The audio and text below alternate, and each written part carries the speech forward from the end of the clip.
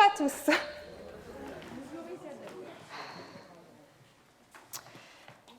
Eh bien, c'est un plaisir pour moi d'être avec vous ce matin. Et puis, c'est assez inhabituel que je sois là, je ne vous cache pas. Ce n'est pas tous les dimanches que je me retrouve derrière cette chaire. Vous le savez pour ceux qui sont régulièrement ici dans ce lieu. Cependant, le Seigneur souhaite m'utiliser. Alors, en enfant soumise à son papa, eh bien, je me tiens devant vous. Ah oui, effectivement, ce sera peut-être plus facile pour moi aussi, parce que je ne vous cache pas que là, j'ai besoin de souffle.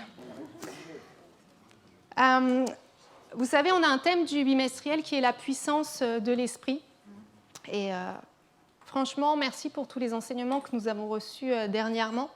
Et pour ces manifestations, hein. Le Saint-Esprit, c'est quelque chose qui est surnaturel. Donc forcément, si on voit quelque chose qui n'est pas humainement explicable, c'est effectivement le Saint-Esprit.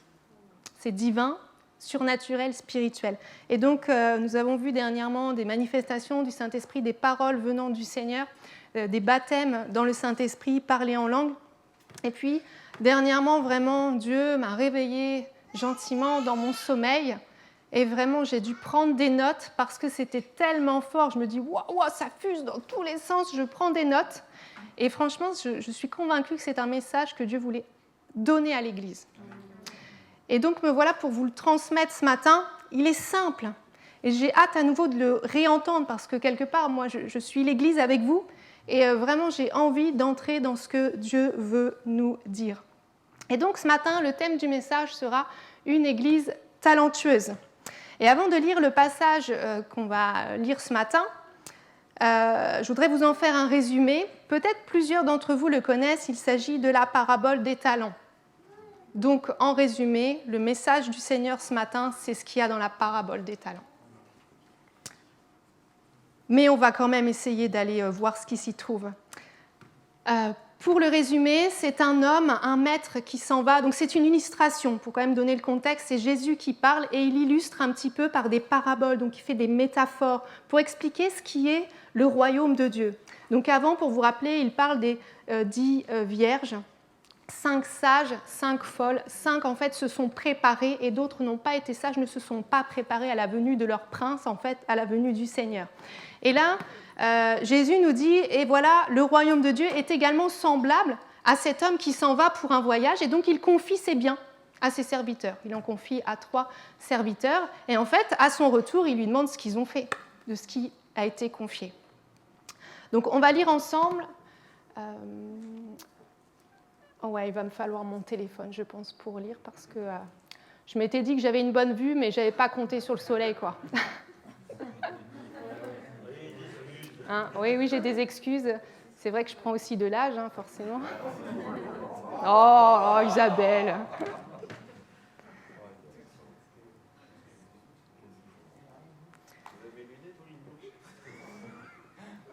Merci. Donc, dans la Bible, bien sûr, c'est notre livre de référence dans l'évangile de Matthieu, et nous irons au chapitre 25 et verset 14. La lecture peut être un peu longue. Je vais lire en Louis II, par contre, si c'est possible. Je dois pouvoir le faire. Oui, la technologie, c'est formidable. On peut même changer les versions.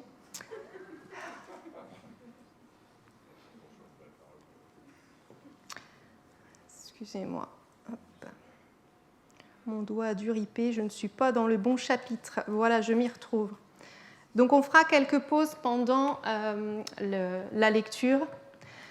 Matthieu 25, verset 14. « Il en sera comme d'un homme qui, partant pour un voyage, appela ses serviteurs et leur remit ses biens. Il donna 5 talents à l'un, 2 à l'autre et 1 au troisième. À chacun selon sa capacité, et il partit. » On va faire déjà une première pause. Dieu nous rappelle que s'il nous a confié quelque chose, nous avons la capacité de le gérer.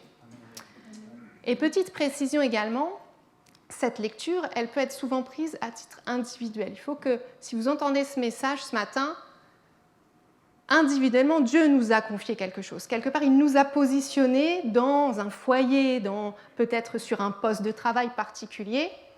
Il nous a confié quelque chose à titre individuel.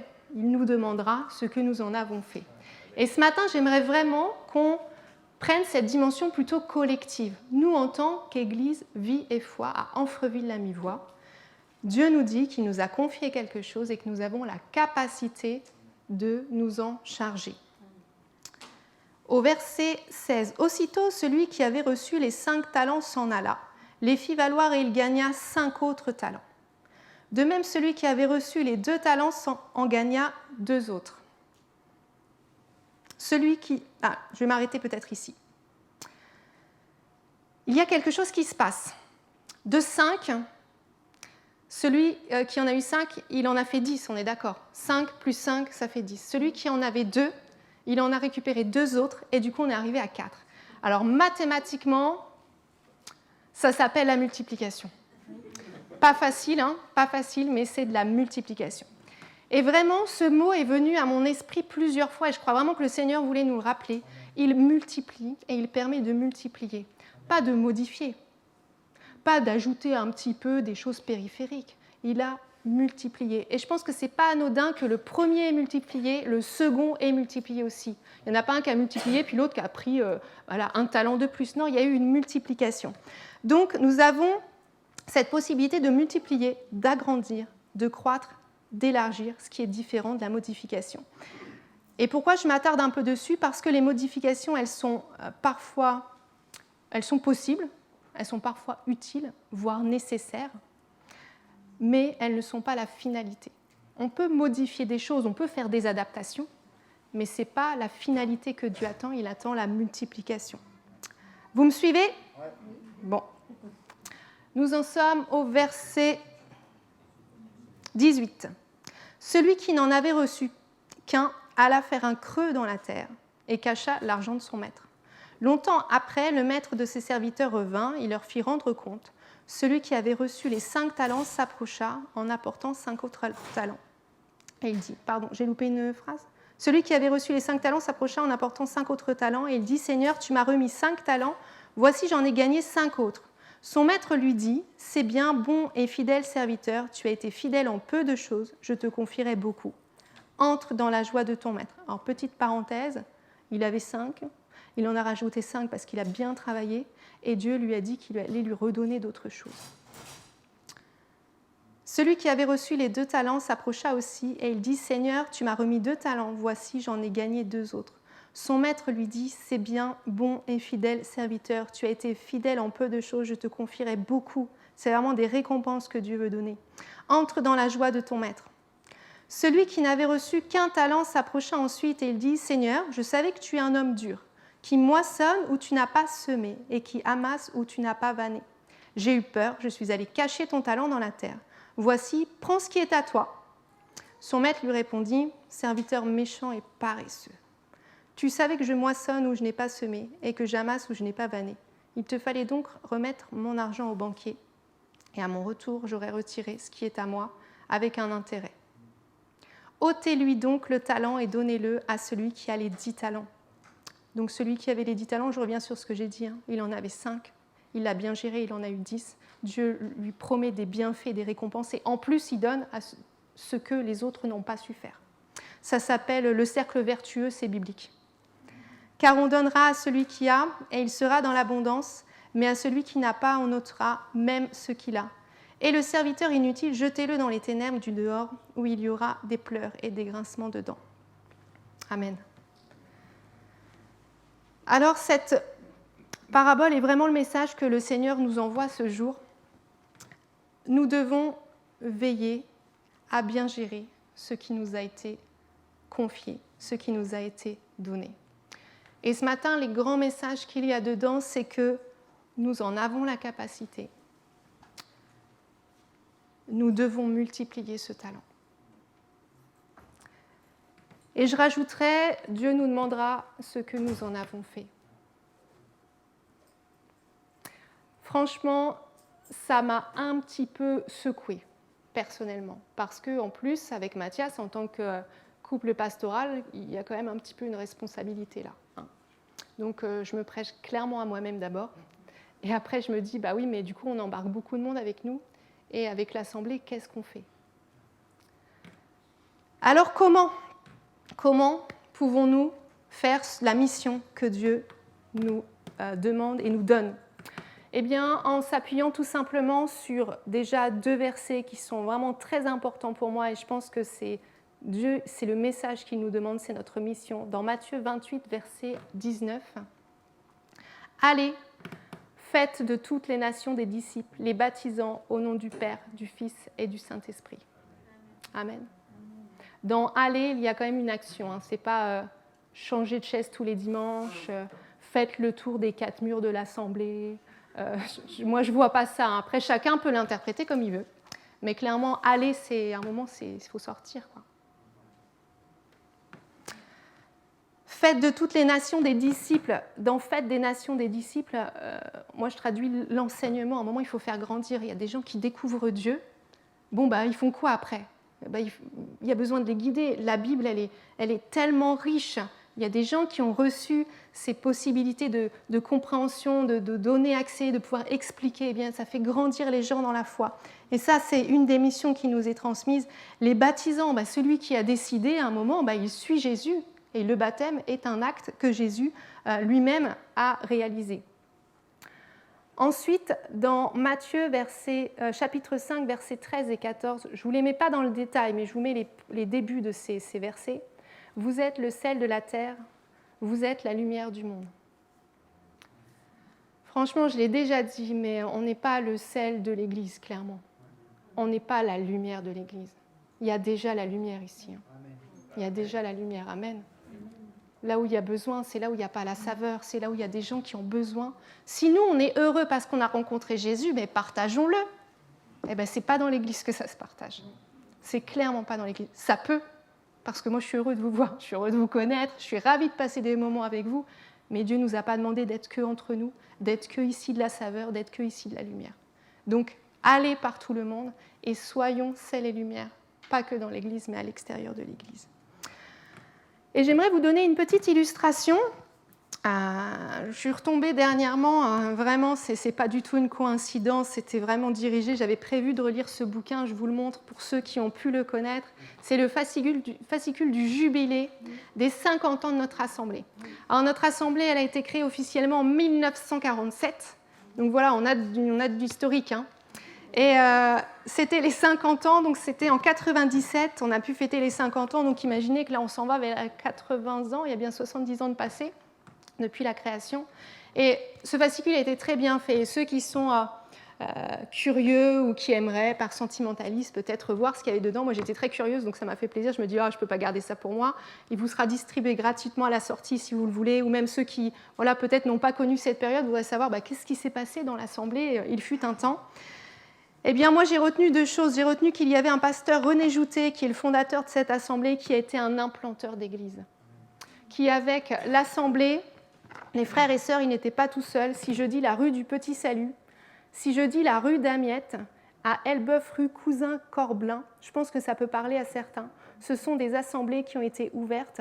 Il y a eu également l'acquisition de la place du Général de Gaulle, d'un bâtiment où des frères et sœurs se sont investis. Et là, c'était en plein cœur de Rouen, et c'était l'occasion vraiment d'être un peu cette lumière au centre de la ville. Il y a eu également le temple à Pont-de-l'Arche que nous avons toujours, mais il y a aussi eu la propriété Bethel, avec ce grand château, cette chapelle, ces bâtiments. Et franchement, c'était une bénédiction. Et cet homme, René Joutet, ce pasteur qui a été un homme de Dieu, qui a été vraiment, qui s'est dit, je vais suivre ce que le Seigneur me dit, je vais suivre la mission. Il a implanté ces assemblées et il était avec des frères et des sœurs. Et nous avons hérité de tout cela. Et il a été rapidement rejoint par son fils William Joutet, notre pasteur qui a lui aussi beaucoup œuvré. Et de cette propriété Bethel, il a été directeur de colonie pendant quelques années.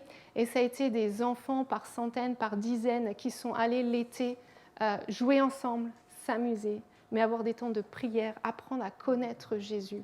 Moi, j'y suis allée et je suis vraiment reconnaissante de ce que mes parents m'ont permis d'y aller, de ce que William et Stella m'ont permis d'y aller, de ce que des frères et sœurs ont permis à ce que j'y sois. Parce que clairement, il y a des petites chansons, elles sont toujours dans ma tête. Il y a encore des petites histoires bibliques qui sont dans ma tête. Et ce qui est semé, un jour forcément éclos. Amen. Et il y a également eu des camps de jeunesse dans cette propriété. Et c'est là où vraiment j'ai rencontré Jésus. J'ai vraiment su qu'il était mon Seigneur, mon Sauveur. Et je ne suis pas la seule. Et donc ça a été vraiment une extension, un canal pour annoncer l'Évangile. Et il n'y a pas eu que ça. Il y a eu cette chorale et cet orchestre Matania.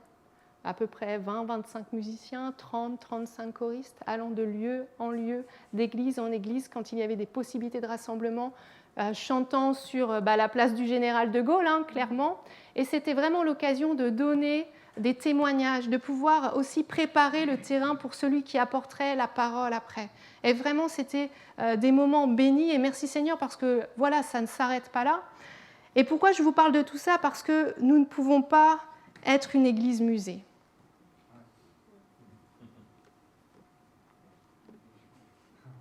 On ne peut pas être une église musée, ce n'est pas possible.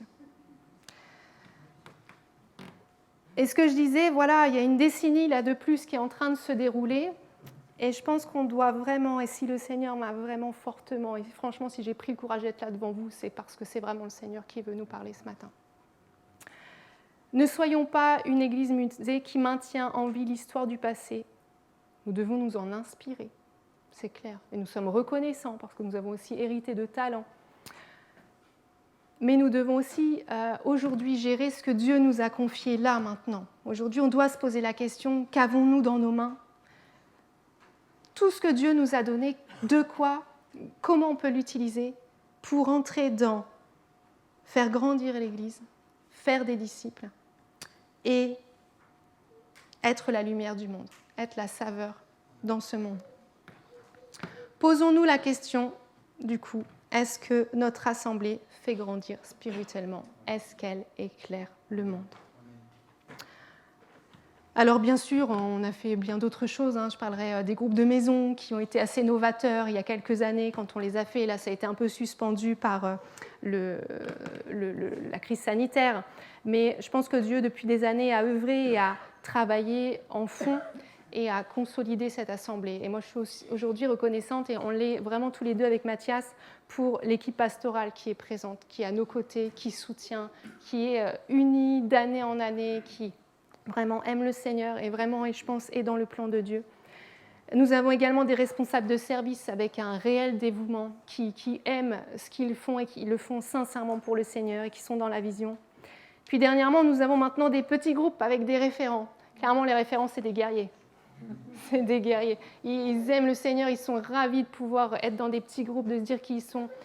Peu importe ce qu'ils ont, ils veulent le partager parce qu'ils se disent que si c'est au Seigneur, si le Seigneur leur a donné, ils peuvent être utiles auprès de frères et sœurs. Et puis, au-delà des référents, dans les petits groupes, voilà, vous en faites partie pour 80% de l'Assemblée. Vraiment, Dieu nous a bénis. Nous sommes bénis parce que chacun est un enfant de Dieu. Amen. C'est une base que je considère concrète et solide. Et donc, nous avons vécu des évolutions. Nous avons vécu des modifications. Nous prenons soin des uns des autres, nous prenons soin de la maison de Dieu. Et si ce qui nous a été transmis pouvait être semblable à une pièce, nous l'avons bien lustrée. Nous en avons pris soin. Elle a toujours sa valeur. C'est ce que nous sommes. Nous avons de la valeur aux yeux de Dieu. Mais nous avons la capacité de dépenser cet argent ou de le multiplier ou de l'investir ou de le faire grandir. Et c'est vraiment le message que le Saint-Esprit nous dit ce matin. Nous avons, je pense, la capacité d'en faire plus. Alors moi, je me pose la question, et ce matin, vraiment, c'est mon rôle, et j'ai à cœur de nous le dire, concernant vraiment ces deux directions ou deux missions. Est-ce que notre assemblée fait grandir spirituellement? Moi, je crois qu'on ne doit pas être si mauvais que ça. On a de l'enseignement régulier le dimanche, et vraiment, on voit que les frères ou les pasteurs, l'équipe pastorale, l'équipe de prédicateurs, ils se mettent devant Dieu. On a un institut biblique, c'est pas rien quand même. Ça signifie que pour nous, c'est important de grandir dans la foi et de découvrir la parole de Dieu. Mais c'est important de se remettre en question, et si Dieu veut qu'on fasse plus, eh bien, nous devons nous soumettre au Seigneur. Concernant le côté d'être la lumière du monde, d'être le sel de la terre, sincèrement, je m'interroge. Dieu nous attend à l'extérieur et merci pour tout ce qu'il nous a confié, merci pour toutes les tentatives. On n'est pas resté à rien faire depuis des années. Il y a une équipe qui est allée dans les rues quelques samedis il y a quelques années, qui est allée au front. On a fait aussi des choses par rapport à la bourse aux vêtements, à pouvoir donner librement. Mais je pense que là, le Seigneur nous attend. Et il y a vraiment quelque chose à faire. Et donc nous allons devoir nous mettre dans la prière, parce qu'un jour, Dieu nous demandera ce que nous avons fait. On ne pourra pas lui dire, on a juste fait grandir l'Église, on a juste été la lumière ici dans nos murs. Il nous dira, qu'avez-vous fait à l'extérieur? Où est-ce que j'ai retrouvé votre lumière, celle qui nous a transmise? Alors, concernant ces missions, ces actions que nous menons aujourd'hui, parce qu'on ne fait pas rien, comme je l'ai dit, moi je le reconnais, et vraiment je suis reconnaissante déjà de tout ce qui est fait, de tout ce qui a pu être fait. Je pense qu'il faut quand même se mettre dans ce filtre. Si le Seigneur nous parle ce matin, on doit se poser la question. Tout ce qu'on fait aujourd'hui, est-ce que ça aide à grandir? Est-ce que ça éclaire le monde? Est-ce que c'est une porte pour éclairer le monde? Est-ce que c'est un moyen vraiment d'éclairer le monde? Et si oui, très bien. Alors on répond, on est dans la mission. Si ce n'est pas le cas, ce n'est pas grave, il suffit juste de se dire qu'est-ce que je peux faire? Qu'est-ce qu'on peut faire pour peut-être adapter et être dans la mission que Dieu nous donne. Ou alors, si on ne peut pas l'adapter, c'est que tout simplement, peut-être, il faut s'interroger sur la vraie raison d'être de ce service, de cette action, de cette mission. Et pour les futures choses que l'on souhaiterait entreprendre, avec Mathias, ça nous tient à cœur. Il faut que ce soit pour grandir, ou il faut que ce soit pour éclairer ce monde. Il n'y aura pas de compromis, ce n'est pas possible. Dieu vient de nous le dire, on ne peut pas oublier sa parole. Allez, je vous donne un exemple, j'ai encore un petit peu de temps. Imaginons, c'est là où il faut que je me canalise, parce que là, moi, ça fuse dans tous les sens. Imaginons, je veux proposer de l'aide aux devoirs pour les enfants. Et donc, je me dis, voilà, il y a pas mal d'enfants, des jeunes là. Moi, je suis enseignante, imaginons, mon rêve d'enfant. Je suis enseignante et puis je voudrais aider les enfants. C'est super. Par contre, si je le fais que pour l'Église, je suis en train d'arroser l'Église, je suis en train d'être la lumière. Non pas que je ne veuille pas aider nos enfants, bien au contraire. Mais est-ce que je ne peux pas ouvrir la porte? J'ouvre la porte, je fais profiter l'Assemblée, les enfants, mais j'ouvre la porte pour que ces enfants bénéficient, ceux de l'extérieur. On pourrait prendre, je ne sais pas, aller voir le maire d'Amfreville-la-Mivoie et lui dire, nous ici, on fait de l'aide aux devoirs. Tous les parents qui le souhaitent nous déposent les enfants à la sortie de l'école et on fait de l'aide aux devoirs. Et tous les enfants de l'église d'Amfreville-la-Mivoie peuvent en profiter.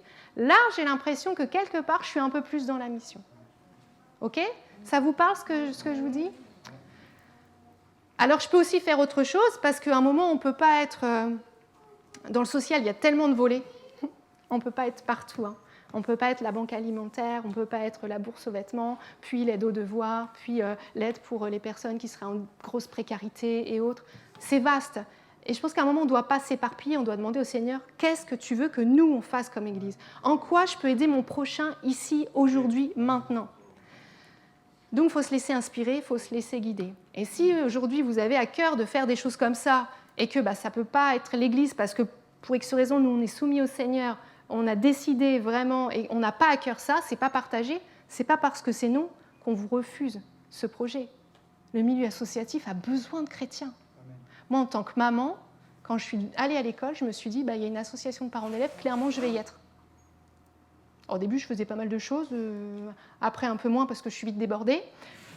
Mais clairement, il y a besoin qu'il y ait des papas et des mamans qui soient chrétiens, qui aient cette éducation de dire attention, on n'est pas dans le jugement, attention, on est dans la bienveillance les uns avec les autres. Il n'est pas question d'aller ouvrir sa Bible et à dire maintenant on va lire un psaume avant notre petite réunion.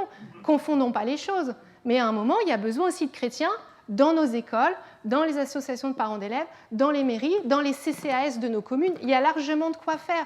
Donc si vous avez à cœur quelque chose, moi je vous invite, allez-y, foncez, il faut y aller. Maintenant, qu'est-ce que Dieu veut qu'on fasse des talents qu'on nous a donnés? Là, on doit se poser la question et c'est collectif. Ce n'est pas un ici, un autre là, 3 ici. On doit trouver vraiment ce que Dieu veut que nous fassions. Et donc, nous aurons certainement des choix à faire. Mais vraiment, moi, je l'ai à cœur et je suis convaincue et je ne veux pas qu'on en reste là. Moi, je pense que Dieu nous attend. On ne peut pas être si nombreux réunis, on ne peut pas être plus nombreux qu'avant la crise et se dire on ne va rien faire. Ce n'est pas possible. J'aimerais juste conclure Vous voyez, je ne suis pas trop longue. Par un psaume, le psaume 21, verset 1. 121, ce doit être, j'ai dû me tromper dans mes notes à moi. 121, c'est ça. Si l'Éternel ne bâtit la maison, ceux qui la bâtissent travaillent en vain. Amen. Il faut que ce soit Dieu qui bâtisse cette maison. Il ne faut pas que ce soit, moi, j'aime bien le hautbois, donc on va tous faire du hautbois. Et puis on va aller faire une petite marche dans la rue. Non, ce n'est pas ça ce que le Seigneur nous demande. Il faut que ce soit lui qui bâtisse l'Église. Il faut vraiment que le Saint-Esprit nous inspire. Il faut que l'Éternel bâtisse notre maison pour des fondements solides et que nous soyons une Église talentueuse aux yeux de Dieu. Amen. Amen. Je vais m'arrêter là. J'aimerais juste qu'on puisse prier ensemble. Si vous avez à cœur de vraiment entrer dans cette démarche de prier, de chercher vraiment ce que Dieu veut qu'on fasse, ou alors de dire, est-ce que Seigneur, montre-nous, guide-nous dans ce que nous faisons déjà, de ce qui est bon pour toi, de ce qui éclaire le monde, de ce qui fait des disciples, eh bien, si vous voulez prendre part à ça, on va prier et je vous invite à vous lever. Et aussi, je voudrais vous dire, si ça a été fait, si vous êtes touché au niveau individuel, vous dites, ouais, mais moi, je crois que j'ai quelque chose et il faut que Dieu me guide, je voudrais l'utiliser, rapprochez-vous de l'équipe pastorale parce que vraiment, on peut aussi être touché individuellement, mais vraiment ce matin, il y avait le plus, c'était le collectif. Amen. Pour ceux qui souhaitent se lever, nous allons prier ensemble.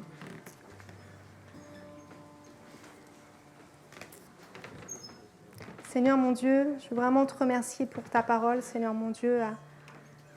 Père, pardon si je n'ai pas été peut-être aussi fidèle à ce que tu m'as transmis, Seigneur Jésus. Si j'ai fait des maladresses, Seigneur mon Dieu, mais vraiment, tu m'as tellement parlé, Seigneur Jésus. Je prie vraiment d'avoir pu transmettre le message comme tu le voulais, Seigneur Jésus. Vraiment, Saint-Esprit, que tu puisses maintenant nous faire grandir. Merci de nous rappeler que tu reviendras et que vraiment tu nous demanderas aussi ce que nous avons fait. Merci pour tout ce qui a été réalisé aujourd'hui.